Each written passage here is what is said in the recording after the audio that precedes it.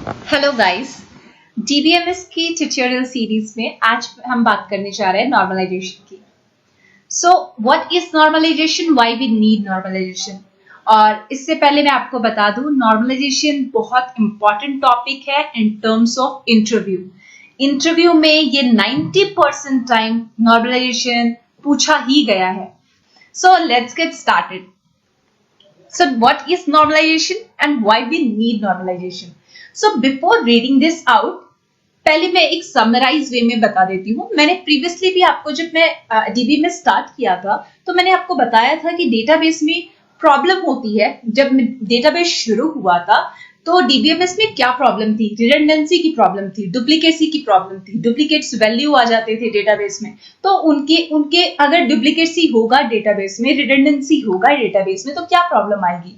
आपकी अपडेट, आपका इंसर्ट और आपका डिलीट क्वेरी इफेक्ट होगा। यानी आपको हो सकता है बहुत ज्यादा टाइम लगे कुछ इंसर्ट करने में, कुछ अपडेट करने में। हो सकता है आपकी प्रॉब्लम आए इंसर्ट करने में, हो सकता है आपको डिलीट करने में भी डेटा, क्या पता कुछ सारा ही डेटा, एक ही डेटा हो, एक रो में मेरे सारे एम्प्लॉइज के डेटा हो, वो सब डिलीट हो जाए एक साथ। तो बहुत सारी इंसर्ट, डिलीट, और इस टर्म को क्या कहते हैं? बेसिकली ये जो डिलीट, अपडेट और इंसर्शन का जो प्रॉब्लम आया, इस टर्म को कहते हैं डिलीट, अपडेट और इंसर्ट एनोमलीज दिया गया कहते हैं इन टर्म्स ऑफ डीबीएमएस। तो बेसिकली किस लिए आया नॉर्मलाइजेशन? रिडंडेंसी को रिमूव करने के लिए। हमारी प्रॉब्लम क्या थी और इसने क्या क्या एलिमिनेट किया? Insert anomaly, update anomaly and delete anomaly को उसने हटाया। कैसे हटाया आज हम बात करेंगे। और गाइस, अगर by the end of the lecture आपको ये अगर चीजें समझ में आ गई, और इंसर्ट, डिलीट, अपडेट, ये एनोमलीज को आप अगर कोई इंटरव्यूअर पूछता है कि नॉर्मलाइजेशन क्या है, और अगर आपने इन टर्म को यूज किया ना, इन 3 टर्म को, ट्रस्ट मी, बहुत अच्छा इंप्रेशन पड़ने वाला है। बिकॉज यही तो हार्ट एंड सोल है नॉर्मलाइजेशन के। इन्हीं चीजों के लिए तो आया normalisation. Redundancy, insert anomaly, delete anomaly, update anomaly, ये 4 टर्म यूज करने हैं जब आप नॉर्मलाइजेशन को डिफाइन करें। So let's get started. अब रिडंडेंसी क्या है? रिडंडेंसी जब आई तो 2 तरीके से आई डेटाबेस में। पहली रो लेवल रिडंडेंसी एंड दूसरी कॉलम लेवल। अब रो लेवल क्या है? ट्रस्ट मी गाइस, रो लेवल रिडंडेंसी आपको पता है, बस यही पता नहीं है कि उसको टर्म यूज कैसे करते हैं। तो रो लेवल रिडंडेंसी में क्या आया? हमने एक डेटाबेस तैयार किया। डेटाबेस पे एक स्टूडेंट का डेटाबेस है, मैंने एक एग्जाम्पल के तौर पे लिया गया है, जिसमें स्टूडेंट की एसआईडी है 1, राम, एज है 15, और दूसरा स्टूडेंट है, उसकी एसआईडी है 2, उसका नाम है वरुण, 16। तीसरा स्टूडेंट को भी मैंने एसआईडी 1 दे दिया है, जिसका नाम राम है। अगेन, एक क्लास में 2 राम हो सकते हैं, राइट? और सेम एज ग्रुप हो सकता है, राइट? तो अब क्या है? अब रो लेवल रिडंडेंसी को रिमूव करने के लिए प्राइमरी की का कॉन्सेप्ट आया, जिसके बारे में आपको पता था। प्राइमरी की होता है हर टेबल में और यूज किया जाता है, बट आपको ये नहीं पता था कि, शायद आपको ये नहीं पता था कि ये रो लेवल रिडंडेंसी को रिमूव करने के लिए प्राइमरी की का कॉन्सेप्ट आया। तो प्राइमरी की होता क्या है? Primary key can not be null and can not be duplicate. तो अब क्या होगा? मैं क्या यहाँ 1 लिख सकती हूँ? नो, राम जो नंबर जो 3rd कॉलम में है, उसको it can not be same as the first one. मतलब इसको 1 और 1 2 बार नहीं दे सकती हूँ, क्योंकि प्राइमरी की कहता है कि I can not be duplicate, मैं किसी और कॉलम के साथ डुप्लीकेट, रो के साथ डुप्लीकेट नहीं हो सकता। तो यहाँ पे आपकी रो लेवल की रिडंडेंसी हट जाती है। रो लेवल बहुत सिंपल है कैसे हटाना है रिडंडेंसी, और हम सबको पता है प्राइमरी की आ जाने से कोई भी रो सेम नहीं होता है, हर रो यूनिक होता है। नाउ बात करते हैं कॉलम लेवल रिडंडेंसी की, जो कि थोड़ा इंपॉर्टेंट है, क्योंकि इसी में आपकी इंसर्शन, डिलीशन और अपडेट एनोमलीज आएंगे। कॉलम लेवल में क्या है देख लो। पहले क्या था? सपोज मैंने एक डेटाबेस तैयार किया स्टूडेंट का। स्टूडेंट ने कौन कौन सा कोर्स एनरोल किया है, कौन कौन से टीचर उस कोर्स को पढ़ाते हैं, और टीचर्स की सैलरी क्या है। मतलब ऑल टुगेदर मैंने ये सारी इंफॉर्मेशन एक ही डेटाबेस में डाल दी। प्रॉब्लम क्या है? ठीक है, मैंने अपनी मर्जी से डेटाबेस बनाया, कुछ फॉलो नहीं किया, और मैंने बस डेटाबेस रेडी कर दिया। उसमें मैंने अभी फिलहाल इसमें मैंने 4 कॉलम दिए हैं, राम, वरुण, राम, रवि, एंड उनके कोर्स दिए हैं C1, C2, C1. There are only 2 course, DBMS and mathematics. Maths है, टीचर 2 ही है, T1 and T2. And Bob and John are the teacher, John for maths and Bob for DBMS. और दोनों की salary दे दी है 35,000 एक को मिलता है और एक को 40,000 मिलता है. ठीक है, सिंपल है, मैंने अपनी तरफ से ये डेटाबेस बना दिया. बट गाइस, जब भी हम इंडस्ट्री लेवल की बात करें, जब भी हम स्कूल लेवल की बात करें, तो 4 या 5 स्टूडेंट होते हैं क्या स्कूल में? कभी भी कॉलेजेस में 10 या 12 या 1000 स्टूडेंट सिर्फ होते हैं क्या? भाई, एम्प्लॉयज अगर इंडस्ट्री की बात करो तो लाखों एम्प्लॉयज होते हैं और थाउजेंड्स ऑफ स्टूडेंट होते हैं आपके कॉलेज में, 1000 इवन होते हैं आपके इसमें स्कूल लेवल में. तो मेरे यहाँ पे एक छोटे से सिस्टम के लिए मैंने ये बना दिया, तो शायद मुझे कुछ अटपटा सा नहीं लग रहा है, मैंने बना दिया. बट प्रॉब्लम कहाँ आएगी जब मैं इंसर्ट, अपडेट और डिलीट करूंगी? तो प्रॉब्लम क्या है ये देखते हैं. अब यहाँ पे कॉलम लेवल आपका रिडंडेंसी क्या है? तो आप देखें तो SID 1, 3 और 4 में जो column CID, CNAME, TID, TNAME and salary है, जो मैंने ग्रीन कलर से हाईलाइट किया है, वो सारे कॉलम सेम है. किसमें? SID 1, 3 और 4 में. C1 DBMS, T1 बॉब और बॉब की सैलरी वही है, सेम रिपीटेड है 3 और 4 कॉलम में भी. अब द क्वेश्चन इज, ठीक है, मैं क्या कर रही हूं? ठीक है, आपने रो डुप्लीकेट कर दिया. यानी सोचो ना, आप कितनी मेमोरी खा रही है, मेमोरी जा रही है. अब जब मैं कोई चीज इंसर्ट करूंगी तो मुझे सोचना पड़ेगा. अगर कुछ नया कोर्स आ जाता है और सपोज स्टूडेंट उससे इनरोल्ड नहीं है, यानी मैं क्या करूंगी? मेरा तो SID, जो कि मैंने यहाँ पे प्राइमरी की बना रखा है, स्टूडेंट की तो कोई प्राइमरी की होगी ही नहीं क्योंकि स्टूडेंट को इनरोल ही नहीं किया है. डिलीट भी करूंगी, बाई चांस मैंने नंबर 2 को डिलीट कर दिया तो मेरा तो पूरा जॉन और मैथमेटिक्स का डेटा ही उड़ जाएगा.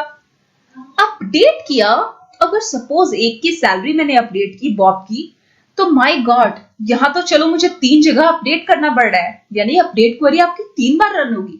कहीं लैक्स ऑफ डेटा है किसी एक एम्प्लॉय के रिलेटेड, तो लाख बार सैलरी वो आपकी क्वेरी चलेगी, which is the anomaly, right? Which is a problem for database. तो इंसर्शन अनोमली की बात करते हैं. मान लीजिए मैंने एक कोर्स डाला, नया कोर्स आया है स्कूल में, दैट इज इंग्लिश. इंग्लिश को पढ़ाता है एलेक्स ने इंग्लिश को पढ़ाया और एलेक्स की सैलरी है 45,000 और कोर्स ID C3 दे दिया. अब कोर्स तो डाल दिया, but what about the SID? Primary key का क्या है rule? It can not be null, it can not be duplicate. मतलब मुझे यहाँ प्राइमरी की तो कुछ भी देना पड़ेगा. मान लो एक टाइम के लिए मैंने प्राइमरी की क्या दे दिया, सिंबल दे दिया, हैश और व्हाटएवर, हैश और कुछ स्पेशल कैरेक्टर दे दिया. लेकिन क्या वो स्पेशल कैरेक्टर वैलिड है? क्या वो हमारे डेटाबेस में प्रॉब्लम नहीं करेगा? एज ऑफ नाउ मैंने ये चीज दे दी, सपोज अभी के लिए मैंने दे दिया, चलो भाई बाद में देखेंगे. लेकिन आप ये बताओ, जहां पे बड़ी बड़ी इंडस्ट्री है, बड़े जहां पे डेटाबेस हैं, उसमें ये चीज की जाए तो कितनी बड़ी प्रॉब्लम हो सकती है, राइट? तो इसी को कहते हैं इंसर्शन एनोमली. अगर इंसर्शन एनोमली, अब आप समझ गए होंगे, राइट? कोई भी अगर आपसे पूछेगा तो आप बता सकते हैं. इवन अगर इंटरव्यूअर ना भी पूछे तो आपको, आई गेस, आपको अच्छे से डिटेल में बताना चाहिए ताकि सामने वाला भी बंदा समझ ले कि हाँ, इस पर्सन को सब कुछ आता है. नेक्स्ट बात करते हैं डिलीट एनोमली की. डिलीट एनोमली में क्या है? मान लो मैं रो 2 को डिलीट कर रही हूँ वरुण की. मतलब मान लो स्टूडेंट जो वरुण है वो कॉलेज स्कूल से चला गया. अब मैं उसके डिटेल्स डिलीट करना चाहती हूँ. उसकी SID देके मैं क्या करूंगी? Delete from table name where SID is equal to 2 और मैंने वो रो डिलीट कर दिया. तो वो रो डिलीट कर दिया तो कैसे रो डिलीट होगा गाइस? पूरा का पूरा उसका डेटा ही उड़ जाएगा. अब यहाँ पे देखो कि यार चलो मेरे को वरुण का डिलीट करना था, बट क्या टीचर का भी रो डिलीट हो गया? मतलब टीचर्स के भी डिटेल चले गए. तो यही तो प्रॉब्लम है. डिलीट अगर ऐसा डेटाबेस रहेगा तो ये प्रॉब्लम आ गई ना डिलीशन में. इसी को कहते हैं डिलीट एनोमली. अगर मैंने कुछ एक चीज डिलीट करने गई और उसके साथ जो यूनिक एक चीज पड़ी हुई थी वो भी डिलीट हो गई. सिंपल है. अपडेट. अब मुझे कुछ अपडेट करना है. मान लो जैसे मैंने अभी पहले बताया कि मुझे बॉब की सैलरी अपडेट करनी है. बॉब 3 जगह पढ़ा रहा है फिलहाल 3 बच्चों को, राम जिसकी SID 1 है, राम जिसकी SID 3 है एंड रवि जिसकी SID 4 है। अब मान लो मुझे T1 की सैलरी इंक्रीमेंट हो गई है और मुझे अपडेट करनी है, तो सोचो मुझे 3 जगह अपडेट करना पड़ेगा। वही एग्जाम्पल हो इंडस्ट्री का, कॉलेजेस का, स्कूल का, वहां पे कितने सारे रोज होंगे, कितने सारे स्टूडेंट को एक टीचर पढ़ाता है, तो क्या आप हर रोज में स्टूडेंट के जाके डिलीट अपडेट करोगे सैलरी? कितना टाइम लगने वाला है। ये क्वेरी तो रन होगी, क्वेरी रन होने में कोई प्रॉब्लम नहीं है, बट क्वेरी रन होने में बहुत टाइम लगेगा। अब थोड़ा सा टाइम, सपोज आपने एक छोटा सा डेटाबेस तैयार किया, उसमें तो आप फ्रैक्शन ऑफ सेकंड में भी आपको रिजल्ट मिल सकता है, बट जहां बड़ी बड़ी चीजें, बड़ा बड़ा डेटाबेस है, जहां पे लाख करोड़ आपके डेटा आपके सेव है, वहां पे चीजें रन करने में थोड़ी सी कॉम्प्लेक्सिटी आ जाती है। सो इसी को कहते हैं अपडेट एनोमली। तो अपडेट के लिए आपको मैंने ये 3 रो में अपडेट होगी, जो मैंने ग्रीन कलर से हाईलाइट किया है, तो प्रॉब्लमेटिक तो है। तो these are the query for update. Update student set S name, क्या कर दिया, एस नेम मैंने कुछ डाल दिया, इस स्टूडेंट को मैं अपडेट करना चाहती हूँ, वेयर SID इज समथिंग, कुछ भी इसकी SID है, तो अपडेट में भी प्रॉब्लम होगा, आपका डिलीट में प्रॉब्लम होगा, आपका ये मैंने बेसिक क्वेरी लास्ट में दे दिया है, just for your kind information. Hopefully आपको समझ में आ गया हो कि व्हाई वी नीड नॉर्मलाइजेशन और व्हाट इज नॉर्मलाइजेशन। मैं इस लेक्चर को बहुत ज्यादा नहीं पढ़ाऊंगी, we should end this lecture right now because ये ऑलरेडी लेंदी हो गया है। In the next lecture will cover type of normal forms. Normalization में अब इस चीज को रिजॉल्व करने के लिए कुछ नॉर्मल फॉर्म्स आए, कुछ टाइप्स आई। वो टाइप क्या है, 1NF, 2NF, 3NF, BCNF, ये क्या है, कैसे वर्क करते हैं, we'll talk about this in the next lecture. So let's get started. So type of normal form क्या होता है, 1NF, 2NF, 3NF, BCNF, आज हम ये कवर करने वाले हैं। तो नॉर्मलाइजेशन में नॉर्मल फॉर्म या टाइप्स क्यों आए आपको मैंने पहले ही बता दिया है। So let's get started with 1NF। 1NF क्या है, सिंपल जो फर्स्ट नॉर्मल फॉर्म कहता है कि जो हमारी जो वैल्यू होती है आपके रोज में, वो एटॉमिक होनी चाहिए, एटॉमिक वैल्यू होनी चाहिए। एटॉमिक मतलब अगर एक रो है जिसमें मेरे इंप्लॉइज की डिटेल है, तो अगर एम्प्लॉय का जो फोन नंबर वाला कॉलम है, उसमें एक एम्प्लॉय के रो में 2 फोन नंबर नहीं जाने चाहिए, मतलब the data should be atomic in 1 column और in each row it should be atomic, यही कहता है 1NF। और बस एक ही रूल है इसका, एटॉमिक वैल्यू होनी चाहिए। Just like that you can see in this example, इसमें क्या है, इसमें आपका दिया है teacher ID, subject and teacher salary, ठीक है, बट सब्जेक्ट देखो आप केमिस्ट्री और बायोलॉजी आपने एक ही कॉलम में दे दी, विच इज नॉट करेक्ट। सो हमें क्या करना है, एटॉमिक रखना है। तो एटॉमिक फर्स्ट नॉर्मल फॉर्म के लिए हमें क्या करना है, सबको सेपरेट कर देना है। वी हैव 25 टीचर ID की केमिस्ट्री एंड बायोलॉजी पढ़ाता है, 25 टीचर ID केमिस्ट्री पढ़ा रहे and 25 teacher ID is also teaching biology, उनकी सैलरी हमने मेंशन कर दी। तो 1NF is very simple form और ये बहुत सिंपलेस्ट तरीका है डेटाबेस को और रिजॉल्व करने का, बट ये परफेक्ट नहीं है, अभी कंप्लीट नहीं हुआ। डिकम्पोजिशन तो कर दिया टेबल का, बट इसमें भी कुछ खामियां हैं। हमने एनॉर्मलाइजेशन में बेसिकली बात क्या की थी कि कैसी खामियों की, अपडेट एनॉर्मली, डिलीट एनॉर्मली, इंसर्ट एनॉर्मली। तो आप देखें तो अभी भी प्रॉब्लम है यहाँ पे। अगर मैं टीचर ID अपडेट एनॉर्मली की प्रॉब्लम दिख रही है मुझे, टीचर ID 25 है, उसकी टीचर्स की सैलरी 30,000 कितनी बार रिपीटेड हो रही है, मतलब यहाँ पे रिडंडेंसी है, डेटा में अभी भी रिडंडेंसी है। तो अब 1NF से बात नहीं बनी, तो उन्होंने 2NF लाया। 2NF में कुछ नहीं है, बस 2 रूल है। 1NF में 1 रूल है, 2NF में 2 रूल है। पहला रूल कहता है कि अ table should be in the 1NF में होना ही चाहिए, और दूसरा रूल कहता है जो all non-key attribute are fully functionally dependent on the primary key or candidate key, ठीक है। अब fully functionally dependent, functional dependency क्या है, सबसे पहले ये जानना जरूरी है, तभी पता चलेगा नॉन की एट्रीब्यूट कैसे डिपेंड करते हैं प्राइमरी की पे। तो पहले जानते हैं नॉन की एट्रीब्यूट क्या होता है। नॉन की एट्रीब्यूट वो एट्रीब्यूट्स हैं, वो कॉलम है जो कैंडिडेट की में या फिर प्राइमरी की बनने में एक टेबल में हिस्सा नहीं लेते हैं, यानी वो कॉलम्स जो जैसे यहाँ पे टीचर्स की सैलरी है, जो टीचर की सैलरी है ना, ये एक नॉन प्राइम एट्रीब्यूट है। Why non prime attribute? क्योंकि ये कैंडिडेट की बनने में हिस्सा नहीं ले रहा है। कैंडिडेट की क्या यहाँ पे क्या है? Teacher ID and subject. यहाँ पे ये कैंडिडेट की है। Combination of this is the primary key and which is also called a candidate key. But teacher salary यहाँ पे कैंडिडेट की नहीं है। अगर आपको नहीं पता है कैंडिडेट की क्या होता है, यहाँ पे टीचर जो सैलरी है, salary is not a candidate key, is not participating in candidate key. तो पार्टिसिपेट नहीं कर रहा, तो ये क्या है? नॉन प्राइम एट्रीब्यूट है। और नॉन प्राइम एट्रीब्यूट, तो अब इस पे ये क्या प्रॉब्लम आई? अब देख, पहली बात, नॉन प्राइम एट्रीब्यूट हमें पता चल गया क्या होता है, और हमें पता चल गया यहाँ पे teacher salary is a non prime attribute. अब दूसरी चीज आती है फंक्शनल डिपेंडेंसी क्या है। तो फंक्शनल डिपेंडेंसी अगर आपको पता करना है ना, तो आप बेसिक यहाँ पे आप एक ही चीज रखें।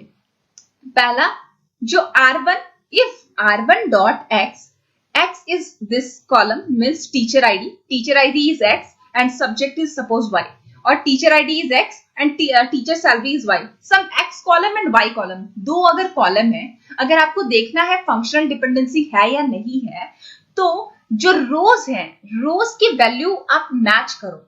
जैसे यहाँ पे टीचर आईडी रो 1 में, R1 में 25 है और R2 में 25 है। देन अगर दोनों सेम है, तो आपके Y का कॉलम क्या ये सेम है? आप देखो यहाँ पे केमिस्ट्री और बायोलॉजी है, सेम नहीं है। मतलब यहाँ पे फंक्शनल डिपेंडेंसी किसमें? टीचर आईडी और आपके सब्जेक्ट में नहीं है। टीचर आईडी और सब्जेक्ट के बीच फंक्शनल डिपेंडेंसी नहीं है। अब बात करते हैं क्या टीचर आईडी और सैलरी के बीच फंक्शनल डिपेंडेंसी है? तो देखते हैं। 25 टीचर जो आईडी है उसकी सैलरी 30,000 है, और 25 टीचर आईडी है R2.X, उसकी भी सैलरी 30,000 है। मतलब यहाँ पे फंक्शनल डिपेंडेंसी है। मतलब X आप एरो दो, Y, मतलब ये टीचर आईडी और सैलरी के बीच फंक्शनल डिपेंडेंसी है। अब जब भी पता करना हो कि क्या हमारा टेबल नॉन 2NF में है या नहीं है, तो आप सबसे पहले एक चीज चेक करना कि अगर ये पार्शियल डिपेंडेंसी चेक करना, अगर टेबल में पार्शियल डिपेंडेंसी एग्जिस्ट करता है तो वो टेबल 2NF में नहीं है। अब पार्शियल डिपेंडेंसी क्या होता है वो समझो। पार्शियल डिपेंडेंसी कहता है अगर कोई भी नॉन प्राइम एट्रीब्यूट कैसे डिटरमाइन हो रहा हो? प्रॉपर सबसेट ऑफ कैंडिडेट की, CK मींस कैंडिडेट की। अगर कोई non prime attribute proper subset of candidate की से डिटरमाइन हो रहा हो तो वो पार्शियल डिपेंडेंसी है। अब यहाँ पे देखो नॉन प्राइम एट्रीब्यूट क्या है? ये टीचर्स की सैलरी नॉन प्राइम एट्रीब्यूट है, और कैंडिडेट की क्या है? हमारा कैंडिडेट की टीचर आईडी एंड सब्जेक्ट है। बट टीचर की सैलरी किससे डिटरमाइन हो रही है? टीचर आईडी से हो रही है। तो क्या है? ये पार्शियल डिपेंडेंसी है ना। अब एक क्वेश्चन है, मतलब अगर यहाँ पे सपोज मेरी टीचर आईडी यूनिक होती, मान लो मेरे पास कैंडिडेट की एक ही होता, सिर्फ एक होता, यहाँ पे तो दो कॉलम को मिला के मेरा कैंडिडेट की है, which is a teacher ID and subject, दो कॉलम को मिला के कैंडिडेट की बना है। मान लो एक टेबल में सिर्फ एक ही कैंडिडेट की हो, एक ही कॉलम हो, जिसको हम प्राइमरी की भी बोलते हैं, तो उस टेबल में कभी भी पार्शियल डिपेंडेंसी नहीं होगी। क्यों नहीं होगी? क्योंकि वहां पे प्रॉपर सबसेट ही नहीं होगा कैंडिडेट की का। जब प्रॉपर सबसेट ही नहीं बनेगा तो फिर ये हमेशा ही 2NF में रहेगा, राइट? बट यहाँ पे टीचर आईडी यूनिक नहीं है, यहाँ पे सब्जेक्ट के साथ टीचर आईडी को जोड़ के हमें यूनिक बनाया गया है। इसीलिए यहाँ पे हमारा प्रॉपर सबसेट है कैंडिडेट की का, और हमारे प्रॉपर सबसेट पे, जो सबसेट पे हमारा टीचर सैलरी डिपेंड कर रहा है, और इसीलिए ये क्या है? Non prime attribute is depending on the teacher ID which is a proper subset of candidate. So यहाँ पे कैंडिडेट की क्या है? टीचर आईडी है एंड सब्जेक्ट है, तो मेरा पार्शियल डिपेंडेंसी हो गया। पार्शियल डिपेंडेंसी क्योंकि प्रॉपर सबसेट पे एक मेरा जो टीचर सैलरी है वो मेरे टीचर आईडी पे डिपेंड हो रहा है, तो which violates the rule of 2NF। 2NF कहता है पार्शियल डिपेंडेंसी जब भी एग्जिस्ट करे पार्शियल डिपेंडेंसी, तो वो 2NF नहीं है। पार्शियल डिपेंडेंसी एग्जिस्ट करे तो वो 2NF नहीं है। तो अब 2NF में लाने के लिए क्या करना है, हमें स्प्लिट करना है टेबल को, हमें डिकम्पोज करना है। आप कैसे करेंगे, हमारा आप खुद बताओ। अब टीचर आईडी के साथ कौन डिपेंडेंट है, सैलरी है, तो वो एक टेबल में चला जाएगा और आपका सब्जेक्ट और टीचर आईडी एक टेबल में चला जाएगा। अब सब्जेक्ट पे तो सैलरी डिपेंडेंट नहीं है ना। हमारे केमिस्ट्री में अगर मैंने कुछ टीचर्स को हायर किया है, जरूरी तो नहीं है मेरी केमिस्ट्री की सैलरी इतनी हो, एक स्कूल प्रोवाइड देता हो करता हो, या बायोलॉजी के टीचर्स की सैलरी फिक्स्ड है, तो ऐसा तो कुछ नहीं है, राइट। तो टीचर सैलरी और सब्जेक्ट में तो कोई रिलेशन ही नहीं है। तो इसीलिए मैंने जब टेबल को स्प्लिट कर दिया तो मेरे टीचर आईडी और सब्जेक्ट के साथ और टीचर आईडी और सैलरी को स्प्लिट करके मैंने डिकम्पोज कर दिया, 2NF में बना दिया। अब 2NF में अब पार्शियल डिपेंडेंसी चेक करो है कि नहीं है। पार्शियल डिपेंडेंसी अब तो दिख ही नहीं रही है, क्योंकि हमारा अब हमारे कैंडिडेट की का कॉन्सेप्ट ही यहाँ पे अगर टीचर आईडी पर डिपेंडेंट था तो टीचर आईडी यहाँ पे तो प्राइमरी की बन गया। अगर जहां पे प्राइमरी की बन गया वहां पे प्रॉपर सबसेट तो आया ही नहीं, proper subset of candidate key तो आया एग्जिस्ट ही नहीं करता। तो फिर क्या होगा, आपका वो टेबल 2NF है। तो टीचर डिटेल टेबल तो 2NF है। अब यहाँ पे देखो ये दोनों ही आपका यूनिक है। अगर सब्जेक्ट देखो तो सब्जेक्ट सारे यूनिक है, तो यहाँ पे भी एक प्राइमरी की का कॉन्सेप्ट आ जा रहा है। तो फिर क्या होगा, आपका ये टेबल भी आपके 2NF में है। अब बात करते हैं 3NF की। 3NF थोड़ा सा कॉम्प्लिकेटेड ये देख के लग रहा है, बट मैं आपको ऐसे समझाऊंगी कि ये बिल्कुल कॉम्प्लिकेटेड नहीं लगेगा। 3NF कहता है, इसके 3 रूल है। पहला कि वो 1NF में होना चाहिए, दूसरा कि वो 1NF नहीं सॉरी, जब 2NF में होगा तो 1NF में होगा ही होगा। तो उसका पहला रूल कहता है the table should be in 2NF।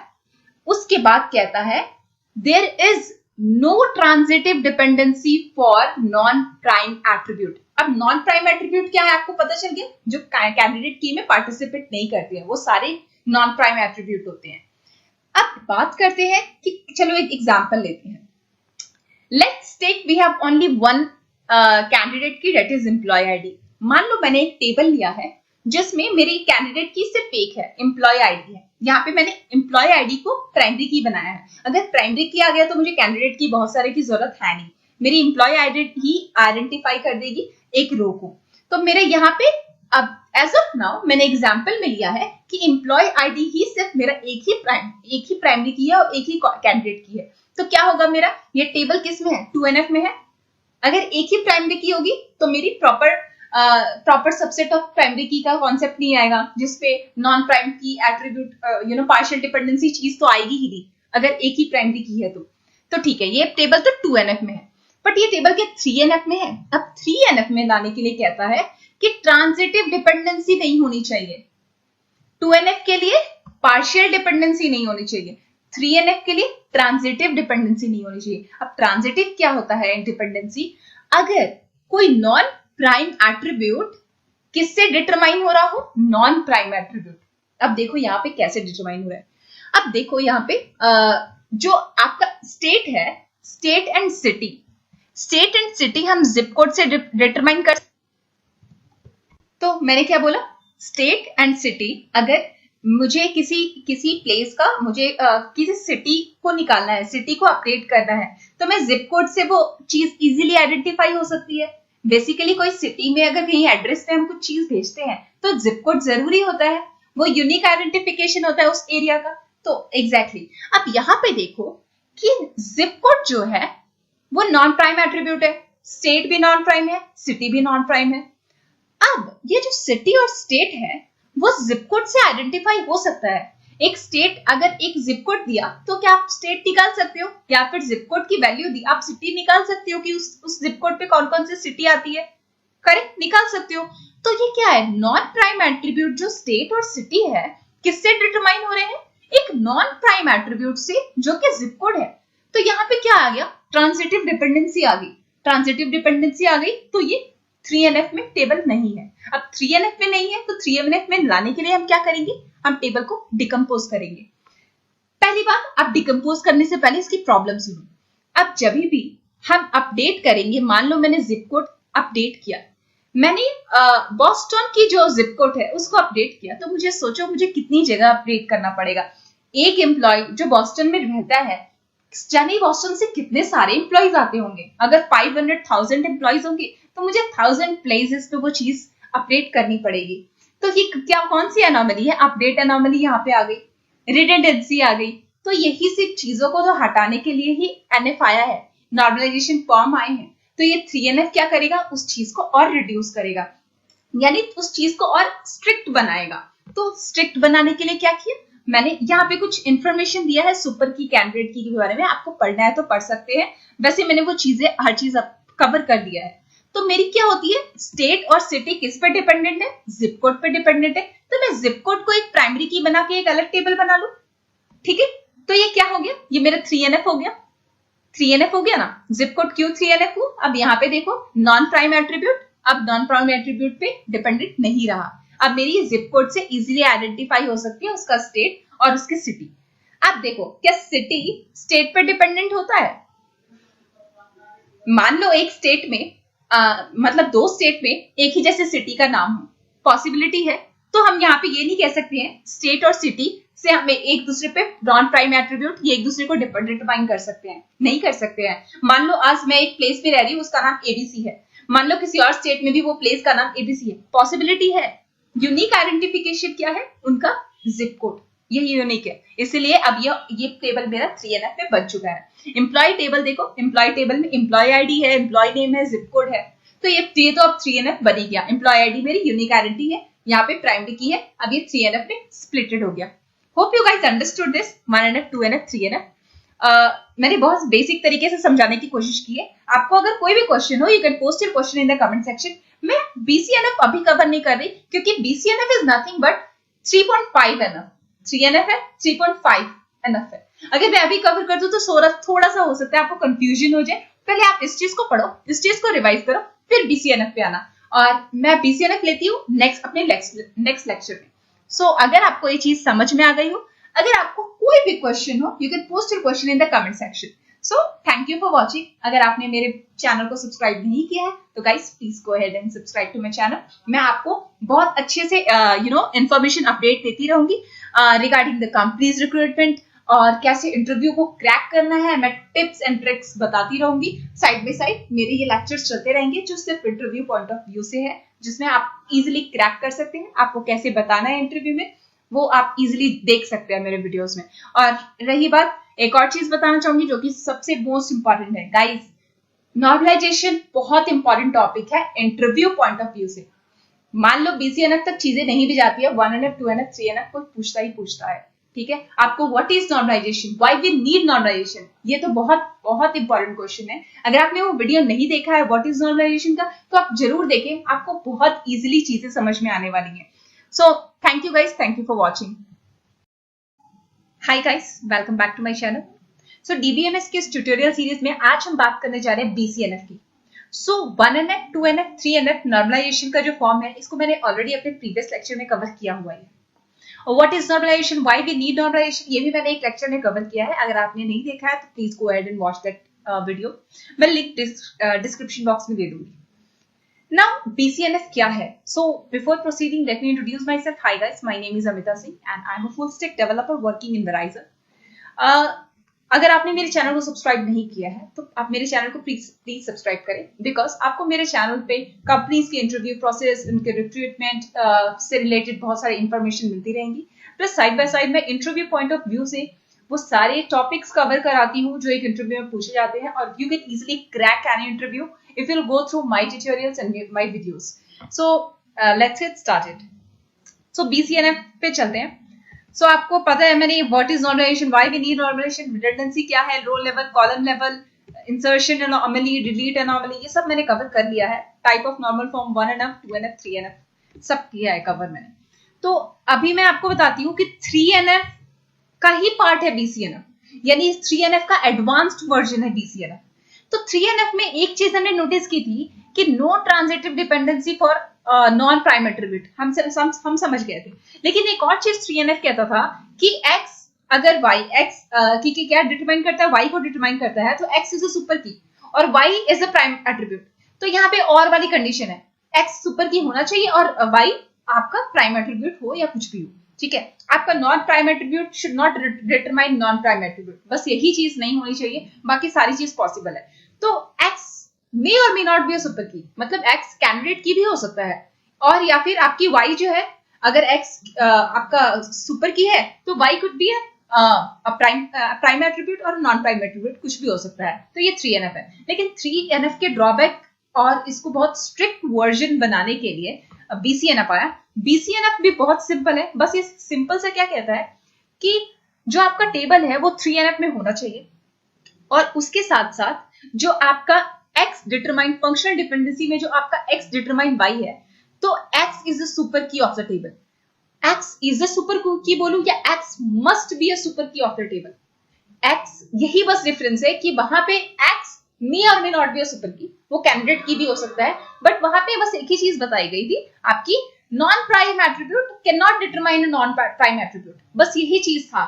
आपकी अगर टेबल में है तो वो आपको टेबल को आपको कैसे 3NF में कन्वर्ट करना है, और यहाँ पे क्या है, x must be a super की। अब कैसे करें, चलिए देखते हैं। यानी आपकी फंक्शन डिपेंडेंसी में जो लेफ्ट हैंड साइड है इज अ सुपर की होना चाहिए, आपका जो थर्ड पॉइंट मैंने यही कहा है। अब BCNF यहाँ पे देखते हैं, यहाँ पे मैंने एक टेबल लिया है, टेबल में मेरी फंक्शन डिपेंडेंसी क्या है, एम्प्लॉय आईडी एम्प्लॉय कंट्री को डिटरमाइन करता है, और एम्प्लॉय डिपार्टमेंट है वो डिपार्टमेंट टाइप और डिपार्टमेंट नंबर को डिटरमाइन करता है। ये मेरी फंक्शनल डिपेंडेंसी है, मैंने टेबल में दी है। अब क्या है, कैंडिडेट की क्या है, अब मेरी एम्प्लॉय आईडी है वो यूनिक तो नहीं है, तो ऑफकोर्स मुझे 2 की लेनी पड़ेगी कैंडिडेट की, मुझे कैंडिडेट की यूज करना पड़ेगा, प्राइमरी की का कॉन्सेप्ट तो हट गया यहाँ से। तो कैंडिडेट की मैंने क्या लिया है, एम्प्लॉय आईडी और डिपार्टमेंट, एम्प्लॉय डिपार्टमेंट को। तो अगर मैं 2 को कंबाइन करके हर रो निकालना चाहूं तो मैं इजीली निकाल सकती हूँ, एम आई करेक्ट? यस। तो अगर एम्प्लॉय, तो अब मैंने क्या किया, एम्प्लॉय आईडी और एम्प्लॉय डिपार्टमेंट को कैंडिडेट की ले लिया है, यानी कैंडिडेट की मतलब इन 2 की वजह से मैं सारे रो में मॉडिफिकेशन कर सकती हूँ, मैं सारे रो के डेटा फेच कर सकती हूँ, मैं सारे रो में कुछ भी इंप्लीमेंट कर सकती हूँ इन दोनों की हेल्प से। अकेला एम्प्लॉय आईडी कुछ नहीं कर सकता, अकेला एम्प्लॉय डिपार्टमेंट कुछ नहीं कर सकता, तो मुझे क्या करना पड़ेगा, क्लब करके मैंने इनको प्राइमरी की बना दिया, यानी इसको सिंपल टर्म में कहते हैं कैंडिडेट की। अब क्या प्रॉब्लम आ गई, चलो ये थर्ड फॉर्म में तो है, थर्ड नॉर्मल फॉर्म में है। थर्ड नॉर्मल फॉर्म में क्यों है, क्योंकि कोई भी नॉन प्राइम एट्रीब्यूट किसी नॉन प्राइम एट्रीब्यूट को डिटरमाइन नहीं कर सकता है, बिकॉज अब देखो यहाँ पे department type non prime attribute है, department number non prime attribute है, ये किससे डिटरमाइन हो रहे हैं, प्राइम एट्रीब्यूट से डिटरमाइन हो रहे हैं, which is employee department. Function dependency तो यही कहता है ना। अब दूसरा एम्प्लॉय कंट्री क्या है, नॉन प्राइम एट्रीब्यूट है, किससे डिटरमाइन हो रहा है, एम्प्लॉय आईडी से हो रहा है, विच इज अ प्राइम एट्रीब्यूट। तो 3NF में तो ये टेबल है, करेक्ट है। अब BCNF में है या नहीं है, ये देखते हैं। अब देखो, क्या एम्प्लॉय आईडी सुपर की है, इसने बोला, क्या बोला, एक्स आपका सुपर की होना चाहिए। क्या सुपर की क्या होता है, सुपर की वो की होता है जो आपके सारे रो को फेच करे, यानी ये सारे कॉलम को फेच करे। मतलब आप क्या एम्प्लॉय आईडी की बदौलत क्या आप डिपार्टमेंट नंबर या डिपार्टमेंट टाइप में मॉडिफिकेशन या फेच कर सकते हो, नहीं, बिकॉज आपका जो डिपार्टमेंट टाइप और डिपार्टमेंट नंबर है वो किससे डिटरमाइन हो रहा है, वो तो एम्प्लॉय डिपार्टमेंट से डिटरमाइन हो रहा है, और एम्प्लॉय डिपार्टमेंट से ही उसका चीजें मैंने मॉडिफिकेशन होगी। तो आपका employee ID itself can not make changes in the other columns, मतलब एम्प्लॉय आईडी अकेला सुपर की तो नहीं हो सकता, यानी एक्स क्या है, सुपर की नहीं है। अब देखो, एम्प्लॉय डिपार्टमेंट क्या सुपर की है, एम्प्लॉय डिपार्टमेंट भी सुपर की नहीं है। बोलो क्यों, एम्प्लॉय डिपार्टमेंट से हम एम्प्लॉय कंट्री नेम कंट्री क्या हम डिटरमाइन कर सकते हैं, नहीं कर सकते हैं, राइट। तो यहाँ पे ये सुपर की नहीं है, यानी ये वाला कॉलम तो इससे में डिटरमाइन हो ही नहीं रहा है, तो ये एक सुपर की नहीं रहा। सुपर की वो होता है वो की जो हर कॉलम को इजिली डिटरमाइन कर सके, वही की होता है सुपर की। तो आप इजीली समझ गए, यहाँ पे क्लब टुगेदर 2 की को मिला के की गई है, लेकिन फंक्शनल डिपेंडेंसी में ये चीज फॉलो नहीं हो रही है। ये एक्स है, ये वाई है, आपका एम्प्लॉय आईडी एक्स है, एम्प्लॉय डिपार्टमेंट एक्स है, और एम्प्लॉय कंट्री और डिपार्टमेंट टाइप डिपार्टमेंट नंबर ये क्या है, वाई है। तो एक्स यहाँ पे सुपर की नहीं है, यानी एक सुपर की आपके सारे रो को डिटरमाइन नहीं कर रहा है, एक सुपर की एम्प्लॉय आईडी आपके सिर्फ एम्प्लॉय कंट्री को डिटरमाइन कर रहा है। आपका एक सुपर की दैट इज एम्प्लॉय डिपार्टमेंट ये नहीं है सुपर की। क्यों नहीं है, क्योंकि ये सिर्फ दो कॉलम को डिटरमाइन कर रहा है, 2 कॉलम को वो कर ही नहीं रहा है। तो अब क्या करेंगे, हम सुपर की बनाना पड़ेगा, राइट। तो अब इसमें क्या करेंगे, हमने इसको 3 जगह बांट दिया। क्या किया, मेरा एम्प्लॉय आईडी तो एम्प्लॉय कंट्री को डिटरमाइन कर रहा है, तो मेरा एम्प्लॉय आईडी यहाँ पे सुपर की कह सकती हूँ ना, एम्प्लॉय आईडी की वजह, एम्प्लॉय आईडी यहाँ पे मेरा कंट्री को डिटरमाइन कर रहा है ना। यहाँ पे मैंने 2 बार लिख दिया, इसकी 2 बार की जरूरत नहीं थी, यहाँ पे 1 बार लिखती तो चलता, क्योंकि दोनों का 1264 है, तो ओके मिस्टेकली मैंने 2 बार लिख दिया।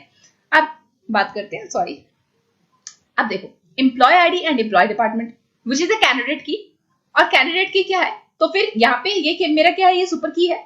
एक रो मतलब एक कॉलम जो है वो दूसरे कॉलम को डिटरमाइन कर सकता है, हाँ वाइस वर्सा, करेक्ट, क्योंकि ये दोनों ही कैंडिडेट की है। तो मेरे इस वाले रो में क्या है, मेरा ये फर्स्ट है, सॉरी मैंने फर्स्ट सेकंड थर्ड लिख तो दिया लेकिन बताया नहीं कौन सा फर्स्ट है। तो एम्प्लॉय आईडी ये वाला जो है ना, employee ID and employee country, ये मेरा फर्स्ट है, फर्स्ट टेबल है, ठीक है। सेकंड टेबल है एम्प्लॉय डिपार्टमेंट का, ये एम्प्लॉय डिपार्टमेंट का मेरा सेकंड टेबल है। सेकंड टेबल में मेरा एम्प्लॉय डिपार्टमेंट क्या है, मेरा एम्प्लॉय डिपार्टमेंट है कैंडिडेट की या फिर सुपर की, जो मेरे सारे रो को इजीली आइडेंटिफाई कर सकता है, इजीली डिटरमाइन कर सकता है, क्योंकि फंक्शनल डिपेंडेंसी में ये चीज कही गई है।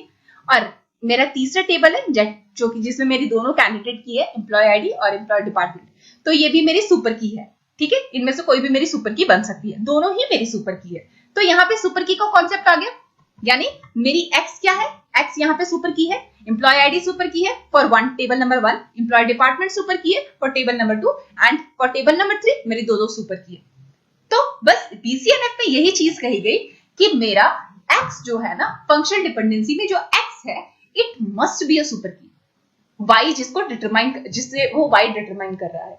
तो ठीक है, ये प्रॉब्लम क्या थी मेरी, यहाँ पे मेरी फंक्शनल डिपेंडेंसी में मेरा एम्प्लॉय आईडी और एम्प्लॉय डिपार्टमेंट सुपर की नहीं था पहले, क्योंकि वो अकेले सारे रो को डिटरमाइन नहीं कर रहा था। अब ये सारे को मैंने स्प्लिट कर दिया, तो अब सारे इजिली डिटरमाइन कर रहा है। So that is all about BCNF. So hope you guys understood this video और अंडरस्टूड दिस कॉन्सेप्ट। अगर आपकी कोई भी क्वेश्चन है, you can post your question in the comment section. और अगर आपको ये वीडियो हेल्पफुल लगी तो प्लीज लाइक, थम्स अप जरूर दबाएं, और अगर आपने मेरे चैनल को सब्सक्राइब नहीं किया है तो please guys go ahead and subscribe to my channel. आपको बहुत मोर इन्फॉर्मेटिव वीडियो आती रहेगी। Thank you for watching.